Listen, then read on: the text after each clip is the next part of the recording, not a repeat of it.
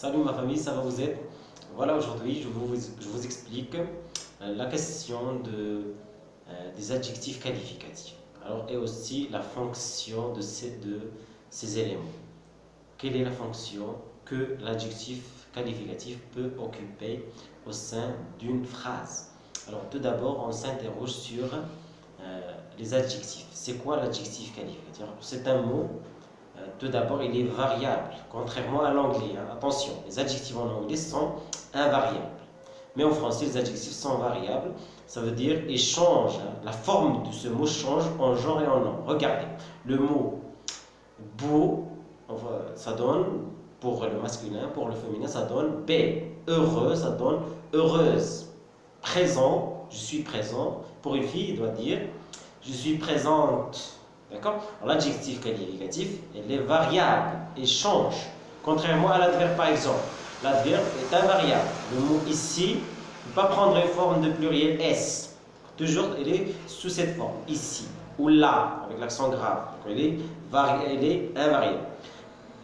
Or, ou néanmoins, l'adjectif qualificatif est un mot variable. Il varie en genre et en nombre avec le nom qu'il accompagne. Alors, les adverbes accompagnent les verbes. Ils sont toujours ou généralement avec les verbes. Mais les adjectifs sont des amis, si vous voulez. Ils sont toujours à côté du nom. Ils donnent des informations sur le nom. Ils qualifient le nom. C'est pour cela qu'on dit l'adjectif qualificatif, car il qualifie, il donne une qualification, une information. Il nous informe sur le nom. Si je dis la table, c'est pour la qualifier. On dit table ronde, table bleue, d'accord, table courte, etc. Alors voilà ce qu'on appelle l'adjectif qualificatif. Il faut différencier entre les catégories des mots en français, aussi au niveau de toutes les autres langues. Alors, il faut distinguer entre le nom, l'adjectif, le verbe qui se conjugue, les adverbes, les conjonctions, les interjections, les déterminants, etc. L'adverbe, on a dit, c'est un mot, ou plutôt l'adjectif, c'est un mot variable. Alors au niveau de ces fonctions, on distingue deux fonctions principales, si vous voulez. Généralement, je vais vous parler uniquement de ces deux fonctions pour les apprenants qui ont du mal à distinguer entre l'épithète et l'attribut. Alors, l'adjectif est attribut, tout simplement, pour le comprendre, il faut toujours prendre en considération le contexte dans lequel il est inscrit. La place, la position de l'adjectif par rapport au mot voisin. Pour maîtriser la fonction des adjectifs, tout simplement, il faut prendre en considération la position ou le contexte distributionnel, le contexte dans lequel les mots se distribuent. D'accord? Alors voilà, je donne un exemple et vous allez voir. Je suis heureux, par exemple. Ou Paul est heureux. Si je dis Paul est heureux. Regardez la position de l'adjectif heureux. Il est à côté du verbe être, un verbe d'état. Il qualifiait Paul, le sujet. Alors, dans ce cas-là, lorsqu'on a l'adjectif après un verbe d'état ou qualifier le sujet par l'intermédiaire ou par le biais d'un verbe d'état, on dit que c'est un adjectif attribut. D'accord? Le verbe d'état, ce sont des verbes qui expriment l'état du sujet, l'état. D'accord? Comme le verbe devenir, le verbe être, le verbe sembler, le verbe paraître, le verbe rester, etc. sont en nombre limité. D'accord? Lorsqu'on a l'adjectif après le verbe d'état ou qualifier le nom par le biais de verbe d'état, on dit que c'est un adjectif attribut. Je donne un autre exemple. Cette fille semble sérieuse, par exemple, ou studieuse, si vous voulez. Studieuse, hein, pas studieux. Vous voyez la variabilité de l'adjectif. Cette fille semble studieuse. Alors, studieuse qualifie le sujet qui est la fille par l'intermédiaire du verbe d'état qui est sembler. Vous voyez? Alors, c'est ça ce qu'on appelle l'adjectif attribut. Or, l'adjectif épithète ne qualifie pas le sujet par l'intermédiaire de verbe d'état.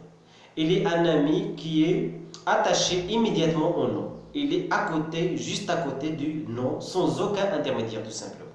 L'adjectif épithète, il est toujours à côté du nom. Vous voyez? Par exemple, si je dis, prenons n'importe quel exemple. Une gentille fille, par exemple, une gentille fille, gentil, c'est un mot qui accompagne le nom fille. sans aucun verbe, sans aucun intermédiaire. On dit gentil, dans ce cas-là, c'est un adjectif épithète. D'accord? Alors, une idée diabolique, regardez. Une idée diabolique. Diabolique, c'est un adjectif qui accompagne le nom idée. D'accord? Dans ce cas-là, on parle de l'adjectif épithète, il n'y a pas de verbe entre les deux, tout simplement. D'accord? Alors, au niveau de la position de l'adjectif, j'aimerais ouvrir cette parenthèse. La position, la place de l'adjectif. Alors, l'adjectif, soit, contrairement à l'anglais, on a toujours l'adjectif à côté, avant le nom. En français, l'adjectif peut se mettre soit après, soit avant le nom. Ça dépend du sens qu'on cherche à exprimer. S'il y a une nuance subjective, l'expression de la subjectivité du locuteur, ça sera avant le nom. Si je dis une heureuse journée, une heureuse journée ou une belle fleur, c'est une belle fleur. Alors parce que ça exprime mon subjectivité. Ça exprime mon état d'âme, ça exprime mon état sentimental, ça exprime ce que je pense. Mais lorsque l'adjectif qualificatif exprime l'objectivité, ça n'exprime pas le sentiment de locuteur. Lorsque je dis un tableau noir. Alors noir, c'est un tableau noir pour tout le monde, c'est pas pour moi uniquement. Ou une forme triangulaire. Voilà, c'est une forme triangulaire. Triangulaire, un adjectif qui exprime la forme, n'exprime pas mon sentiment ou ma subjectivité. Alors triangulaire, doit se mettre après le nom. Lorsque vous voulez utiliser des adjectifs objectifs qui n'expriment pas mon sentiment ou la subjectivité de locuteur de façon générale, ça sera après le nom. Mais lorsqu'on l'utilise avant le nom, ça va exprimer notre sentiment, notre subjectivité.